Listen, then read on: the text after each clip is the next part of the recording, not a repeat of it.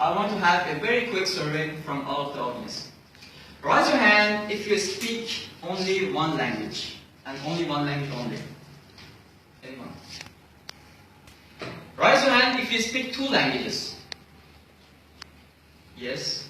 And raise your hand if you speak three languages. Yes, you have three. You have two languages, three languages.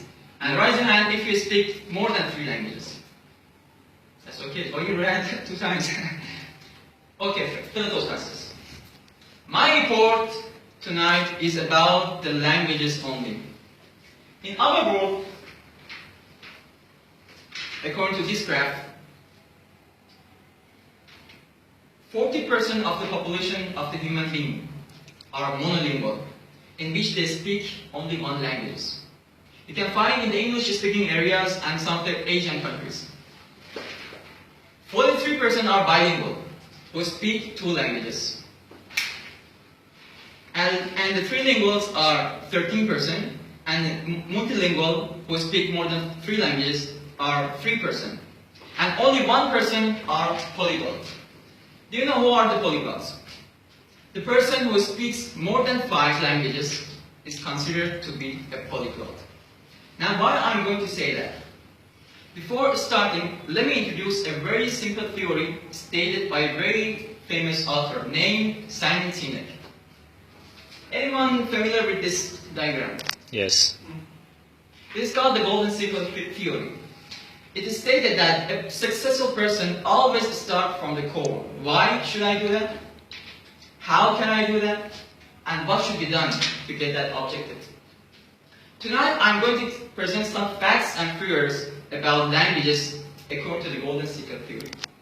So starting from the core, why we should learn languages, and new languages? First of all, the person who are called monolingual or bilingual, who speaks only one language or 2 languages only, they actually cannot even be more successful as compared to the multilinguals or others. Because we are in the land of civilization. Every time different languages die. And when you don't know the languages of the language who died, at that time you cannot access to the scriptures or resources of that language. Another reason, scientists prove that by means of learning new languages, at that time your brain it can be more active, and at that time you can get more information. By learning new language, you actually open a civilization. And by opening a civilization, you can access to the resources of that language. Consider yourself knowing only one language. Most of the people are here know at least 2 languages. If you know only Urdu or English only, imagine it could not have those access that you have right now from that language. Another reason, by learning, scientists say that when people get old, one thing happens. They get Alzheimer's. They forget the names, they forget the relatives. But scientists say that by learning new language, your brain remains active. So keep it active by learning new language. Now moving on to the second question, how we can learn a new language? I think when I said learning a new language, all of you considered in your mind that, okay, learning a new language means taking admission in some of the language centers and sitting inside the classes and writing and just listening to the teacher. Actually, this is false. We are in the technology era. Nobody uses that thing. Nobody has the time to go and attend the classes and these sort of things. Because 1, it takes too much time. 2, it is not effective. So what we can do then? There are several methods nowadays it's introduced. Some are technology, some are methods, simple methods. I will introduce some of the methods which I use myself. I myself know 5 languages. So I mean that I use these methods that are successful for that. So, the first method I would like to recommend is a Michel Thomas method. A person named Michel Thomas, who knew more than 10 to 11 languages, he introduced a method. He said that by just listening and repeating, you can learn a language. He did it with 12 children and taught them French in 2 days. Least effort, and more benefits. So it means that it is successful. The second method is similar to Michel Thomas, called Paul Noble method. If you search about these names, you can find their methods which are available in all over the internet.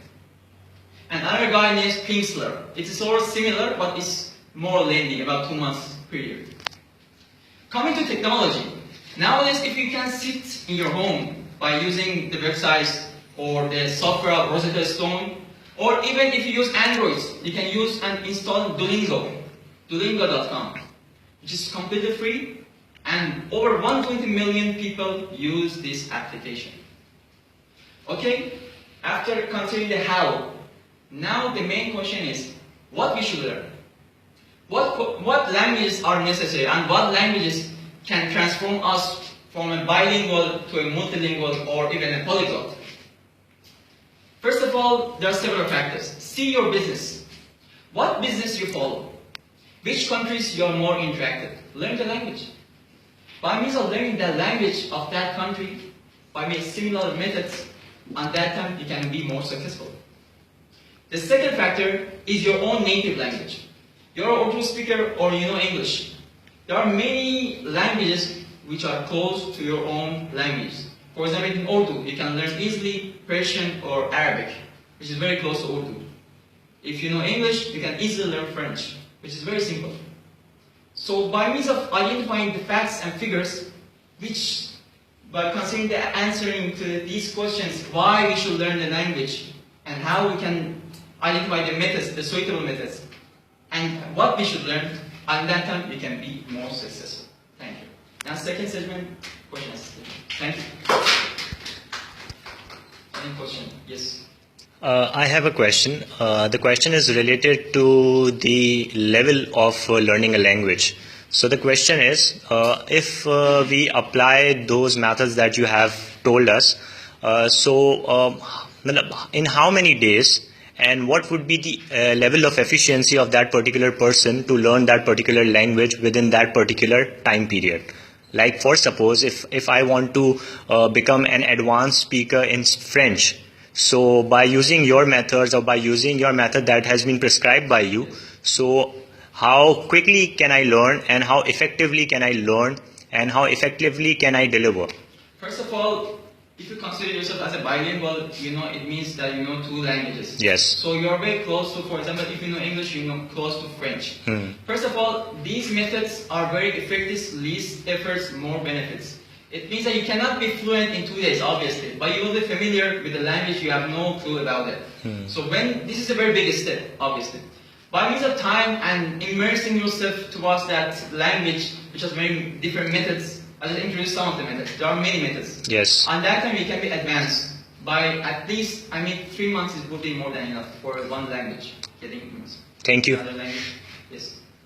Actually, my question is basically, I just wanted to know if, since you have done some research on this, I have an observation, and that is basically children learn faster than adults, especially. Yes. But also, I've seen elders in my family and mother, father, basically, they discourage children, let's say, from learning 2-3 different languages because they think that will probably slow down their progress or something. Yes. Let's say, for example, if you want to teach them Quran, for example, so they avoid doing that until, let's say, they are beyond a certain age.